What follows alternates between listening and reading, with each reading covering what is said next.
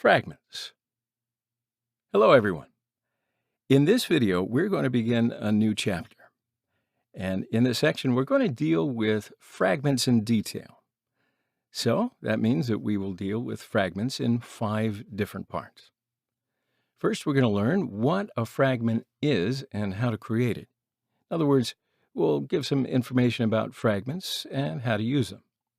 So that covers the theory, and then we get into the practical usage of how to create fragments in Android Studio.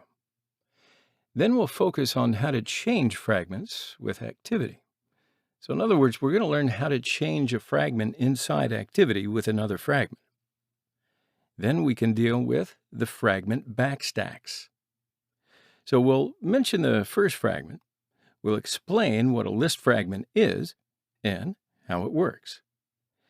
And then lastly, we'll tie it all together when we deal with the dialog fragment.